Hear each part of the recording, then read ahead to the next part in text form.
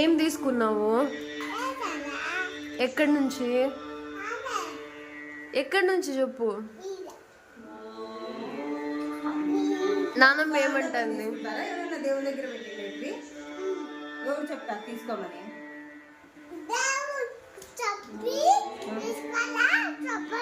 ఏమని చెప్పినాడు దేవుడు? నువ్వు సామ డబ్బులు తీసుకో నా దగ్గర ఉండేవని చెప్పినాడా? ఎప్పుడు చెప్పినాడు?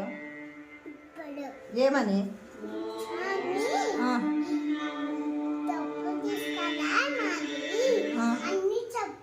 యాడికొచ్చి చెప్పినాడు? యాడికి? మళ్ళీ సామి చెప్పినాడు నేను వద్దు అని చెప్పినాను కదా, తీసుకోకూడదు సామి డబ్బులు అని. ఆ మాట వినవా? ఎందుకు వినవు? అందుకే నాతో మాట్లాడొద్దు. మాట్లాడినావంటే బాగుండదు. నీకు సామి వచ్చి డబ్బులు తీసుకో అని చెప్పినాడా? మసంగా నిలబడి మాట్లాడు, తిరిగేది కాదు. ఇంకా అసలు నీతో మాట్లాడొద్దు నువ్వు మాతో.